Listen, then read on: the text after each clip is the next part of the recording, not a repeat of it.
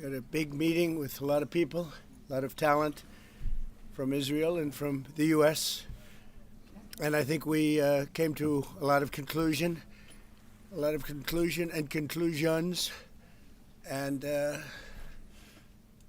very little difference in what we're looking at and where we want to be, where we want to go. And so I just want to thank you for spending time. I know you're going to be over here for a couple of days, and maybe we'll be surprising us on New Year's Eve. That'll be fine. Well, thank you. And it's wonderful seeing you and Sarah and your whole group. Very talented group. We've done very good work together, and it'll continue. So thank you very much, baby. Thank you. Thank you very much. Thank you, Mr. President. Thank you. I have to say that in addition to what I said, that we've never had a friend, even close, a friend, as President Trump in the White House. I think he's been extraordinary in his friendship and his support for Israel, his principled positions, his willingness to just cut through and get to the essence of things. And I don't say that as a compliment. I just mean it. People have heard me say that behind your back, Mr. President, many times. But I want to say something else. I think we have a partnership, if I can quote you, second to none. I think it's allowed us to do enormous things. You know, people said there was a different conception at one time, which means that America can advance its interest in the Middle East if it opens a lot of daylight between it and Israel. And President Trump has done the exact opposite. He's achieved remarkable things in the Middle East because we work together. We talk about our ideas. Sometimes we have different ideas, but we work it out. And most of the time we see eye to eye. But it's been a remarkable experience, and this was a very, very productive meeting. And may I say, a very good lunch. Thank you. Thank you for your friendship. Thank you very much, baby. And thank you for your support. It's meant from the heart. Thank you. You know, as I said outside, he's been a wartime prime minister, and we were, well, I guess I could say I was a wartime president in more places than just Israel, if you think about it. But Israel was a big factor, and we're with you, and we'll continue to be with you. And a lot of good things are happening in the Middle East. We have peace in the Middle East, and we're going to try and keep it that way. I think we will be very successful in keeping it that way. And you've been a great friend, and I've been a great friend to you and to Israel, and it's been my honor. And the award that I was given was really surprising and very much appreciated. Well, President Trump has broken so many conventions to the surprise of people, and then they figure out, oh, well, maybe, he was right after all. So we decided to break a convention too, or create a new one, and that is to award the Israel Prize, which in almost our 80 years, we've never awarded it to a non-Israeli. And we're going to award it this year to President Trump. This was announced formally over lunch by our Minister of Education, who's responsible for the Israel Prize. It's going to be awarded to President Donald J. Trump for his tremendous contributions to Israel and the Jewish people. I think it's such a fitting thing, and it would honor us, obviously, Mr. President, if you could visit Israel in that occasion on our Independence Day. But I have to say that this reflects the overwhelming sentiment of Israelis across the spectrum. They appreciate what you've done to help Israel and to help our common battle against the terrorists and those who would destroy our civilization. So, again, that's an expression of thanks and appreciation.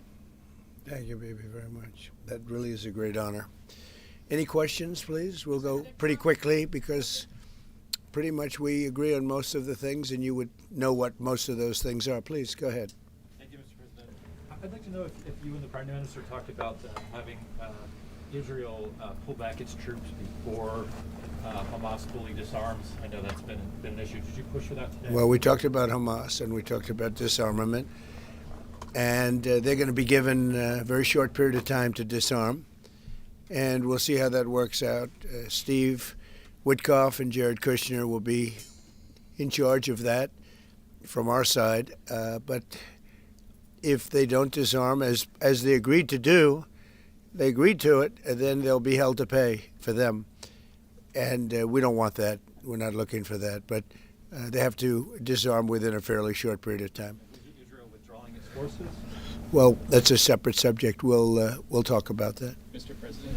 Yes. Mr. President, did you have a message for the Prime Minister about the West Bank? And are you at all concerned that settler violence, Israeli settler violence, could be undermining the peace plan? Well, we have had a discussion, big discussion, for a long time on the West Bank. And I wouldn't say we agree on the West Bank 100%, but we will come to a conclusion on the West Bank. If I could ask, what is the disagreement? Well, I don't want to do that. It'll be announced at an appropriate time. But he will do the right thing. I know that. I know him very well. He will do the right thing.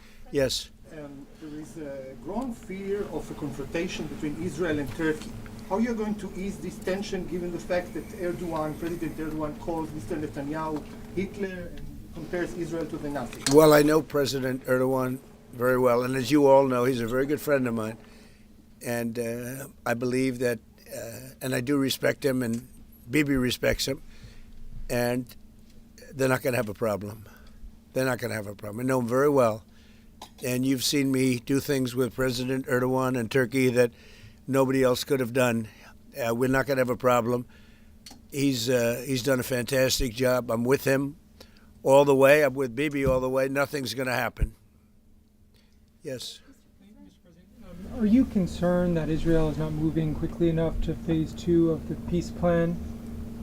Well, I'm not concerned about anything that Israel's doing. I'm concerned about what other people are doing or maybe aren't doing. But I'm not concerned. They've lived up to the plan. They're strong. They're solid. And sometimes they don't understand when somebody violates something that you want to give them a second chance. Well, we'll give them a couple of second chances. But no, Israel's lived up to the plan 100%. Don't forget, we made the plan possible by taking out Iran.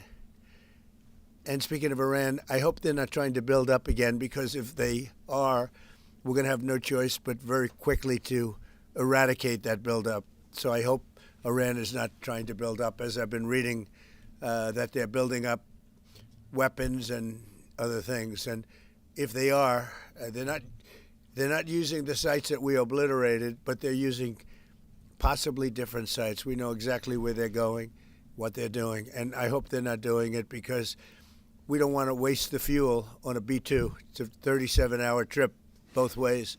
I don't want to waste a lot of fuel. Okay? Mr. President Trump, after your last remarks regarding the pardon request of Prime Minister Netanyahu, Herzog office told us that you have not talked after the official request of Prime Minister Netanyahu pardon. Can you clarify to us? Did you talk Which about request it are you talking about? with the President Herzog, the Israeli President Herzog? Did you talk with him directly? President Erdogan? Herzog. The Israeli So President you're talking Herzog. about pardon? Yeah. Oh, well, you got to say that. No, I think he's going to be in great shape. He's a wartime prime minister at the highest level. He's achieved tremendous success.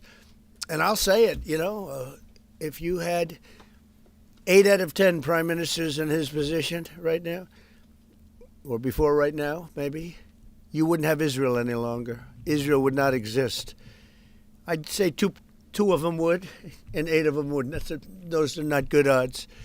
You needed a very special man to really carry through and really help Israel through this horrible jam. These are major factions, and it started with our negotiation with Iran. I think it probably started with Soleimani. That was really where you mentioned that today, which started with Soleimani. Bad guy, doing bad things, hurting a lot of people, killing American soldiers and other soldiers. But it started right there, would probably be the starting point. And then from that point forward, but you have a wartime prime minister at the highest level. There could be other wartime prime ministers, but they'd lose. He won. And I think the people of Israel appreciate it. I think a lot of the people in the world appreciate it, actually. And because of that victory, we were able to get peace in the Middle East.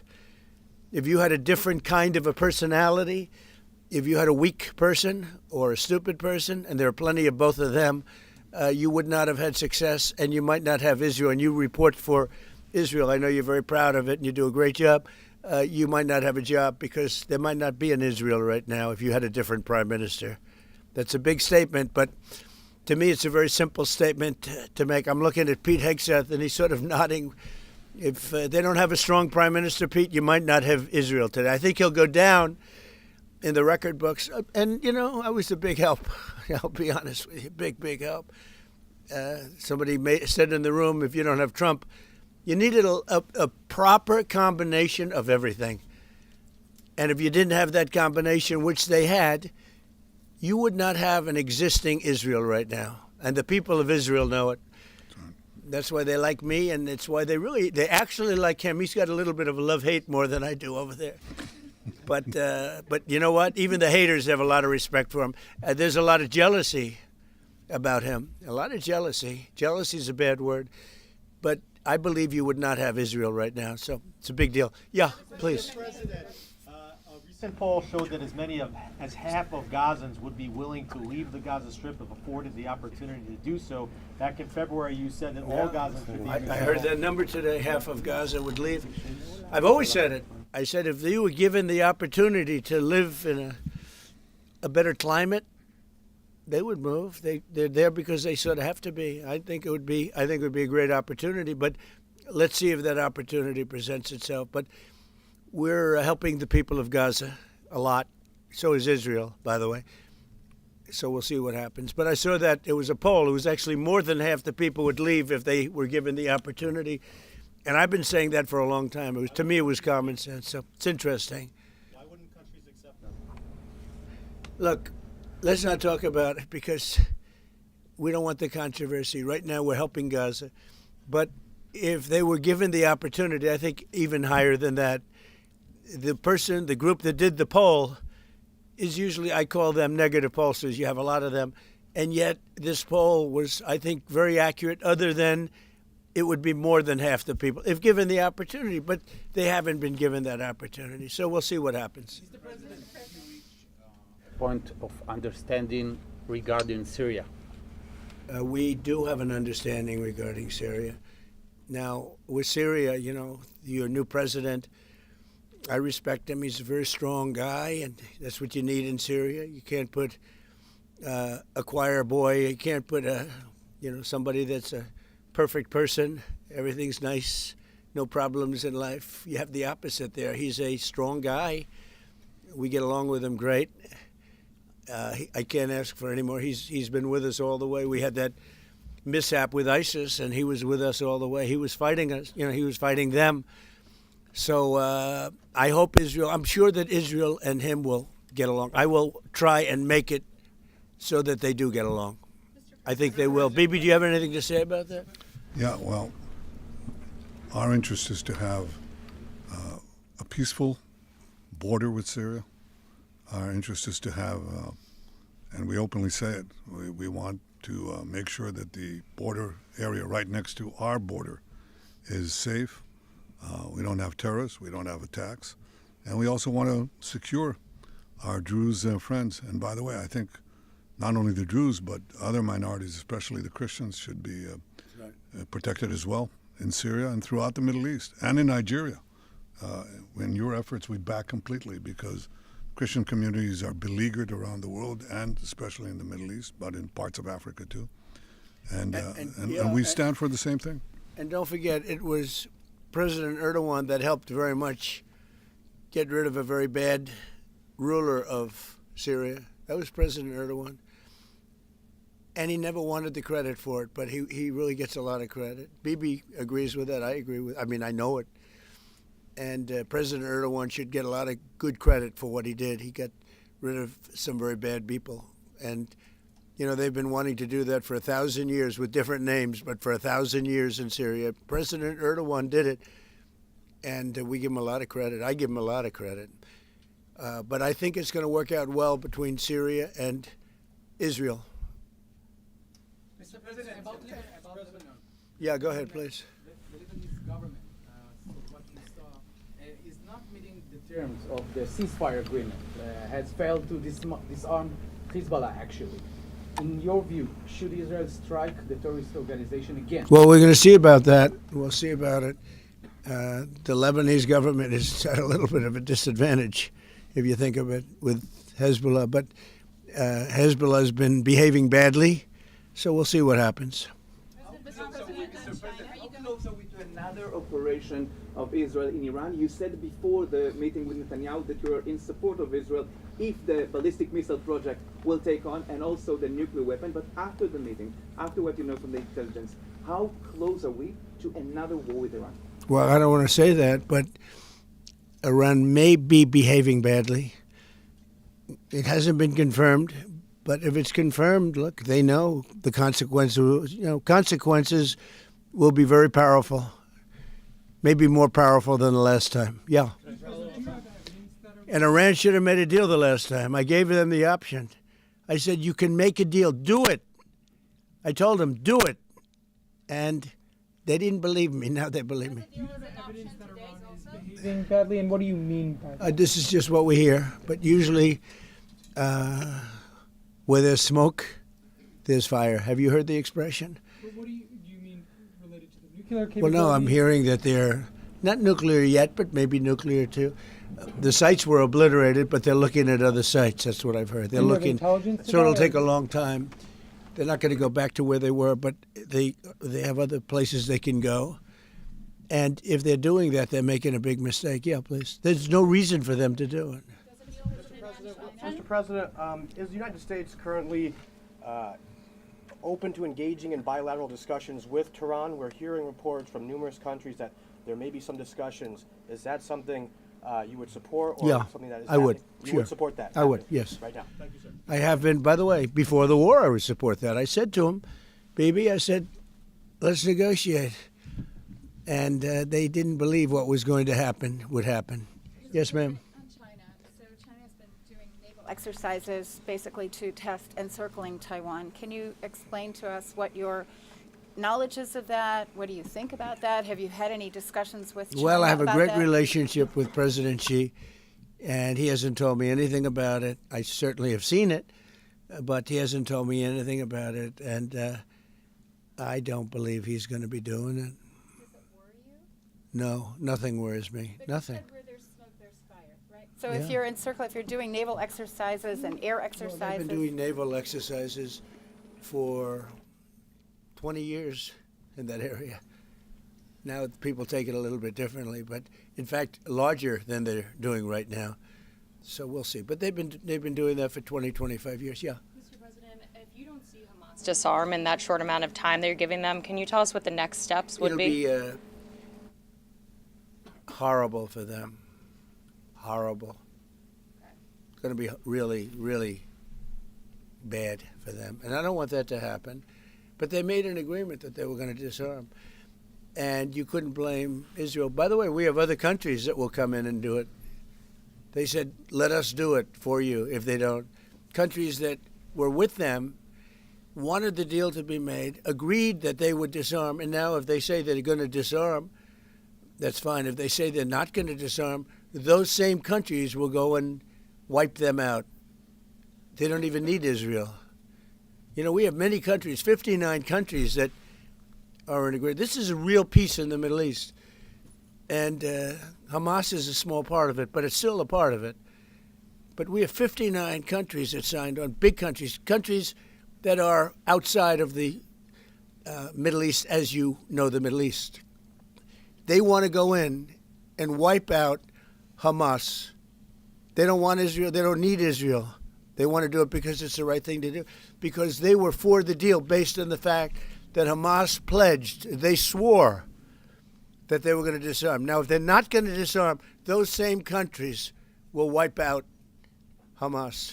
Yeah. President Trump, do you think that the PA should be involved in the day after in Gaza Strip, even in the near future? And the same question to Prime Minister Netanyahu. Do you see a real opportunity that the PA will be in Gaza? Go ahead, Mimi.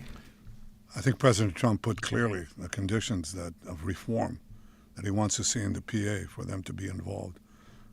And I think he put it very clearly what he wants to see, the kind of real reforms, not just perfunctory reforms, or real reforms. Stop pay to slay, change the curriculum in your textbooks, open up, a different society and a different future. If they do it, well, let them. I think it was clear. He put Pretty clear. He put guidelines that were, by the way, in the Trump plan of 2020, and they were put then in the 20 points, and it's up to them. Remember this, if we didn't do what we did to Iran, just to make the subject just slightly different, you wouldn't have peace in the Middle East. You wouldn't have a deal signed in the Middle East. You wouldn't have a deal. Because other Arab nations, which are great people, I know them very well, they're great people, they wouldn't be able to have agreed to peace in the Middle East because you would have had a dark cloud hanging over everything. It wouldn't have been possible. So Iran has been greatly reduced in power, prestige. I don't want to use the word humiliation because, they're trying to build up again. But we can't let them build up because if they build up, there can't be peace in the Middle East. It was a mistake. When they wiped out Iraq and Iran were about the same power. And they fought each other with different names for 1,000 years. And then our country came out and blew up one of those two countries, namely Iraq. And all of a sudden, Iran had the whole Middle East all to itself. But that's not true anymore. Your plan, Say it? Tell us something about your plan to expand the Abraham Accords. If you can tell us something about your plan to expand the Abraham Accords. Well, the Abraham Accords are great. It was a great achievement of Jared and everybody. It was one of the great achievements. They'll be expanded. Countries are already talking about expanding it, and they'll be expanded fairly quickly. Yeah, please. What about Saudi Arabia? Is it still on the table?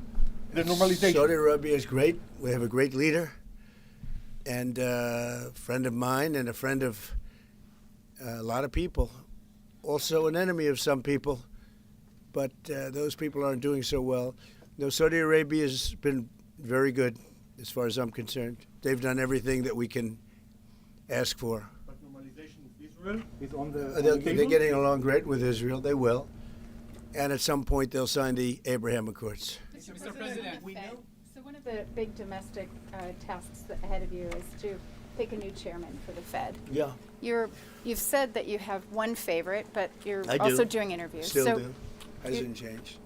Yeah, I'll announce them at the right time. There's plenty of time. Are you? But Is there in the any meantime, chance? we're doing numbers that nobody's ever seen. We have $18 trillion coming in. We had a 4.3% GDP. They thought it was going to be 2%. And that's despite the Democrat shutdown. Had the shutdown not occurred, we would have had an extra 1.25. Think of that. We are doing, and also despite the fact that we have a fool at the Federal Reserve. I mean, Biden reappointed him, and it's too bad. You would have thought he wouldn't have done that. But he's an absolute fool who's building a new Federal Reserve, or he's doing a renovation of a building. Maybe he's up to $4.1 billion to do a renovation of a few very small buildings. It's the highest price in the history of construction. He's spending more money than any building has ever spent per square foot on the renovation of, as an example, I'm doing a magnificent, big, beautiful ballroom that the country has wanted, the White House has wanted for 150 years. It's a massive job, and it's a tiny fraction of that number.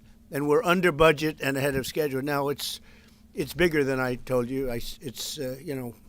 After realizing we're going to do the inauguration in that building, it's got all bulletproof glass. It's got all they call it drone-free roof. So drones won't touch it. It's a big, beautiful, safe building. But it's a big project. For a tiny fraction of that, we're under budget and ahead of schedule. And they've wanted it for 150 years. Think of it, the Federal Reserve building, 2 buildings there, they don't know what they're doing. They're way over budget. I mean, this was built during the Biden administration. And I rode by it the other day, and it's headed by the head of the Federal Reserve. Too late, too late, Powell. Too late because he's always too late with interest rates, except before the election. He was too early because that would have helped. That was supposed to help get her elected. It had no impact. We won all 7 swing states. But no. We're thinking about bringing a suit against Powell for incompetence. Because think of it, these aren't outstanding buildings. These are small buildings. He's at $4 billion more. It's going to end up costing more than $4 billion. $4 billion. It's the highest price of construction. Again, Democrats, highest price of construction per square foot in the history of the world. There's never been. Gorgeous monuments are built for a much smaller price. So we're thinking about bringing a gross incompetence, what's called gross incompetence lawsuit. It's gross incompetence against Powell. And it was his baby. And the guy's just incompetent. I mean, there's nothing you can do about it. He's just a very incompetent man. But we're going to probably bring a lawsuit against him. Thank you all very much. I appreciate it. Bibi, congratulations. When do you expect an announcement then on Powell's replacement? January sometime. And will you ask Jay Powell to resign? Well, he should resign. Entirely? Be a favor to the nation. But he's come close. I mean, we're getting pretty close. I would fire him. I'd love to fire him, but we're so close, maybe it. But maybe I still might. Will you sell F-35 to the to Turkey? Turkey? Say it. Are you Will going you to sell- approve a selling of F-35 to the Turkey? Turkey? We're thinking about it very serious. And what is What your prevented- reaction to this? They'll never use it on it. Thank you, President. Thank you, President.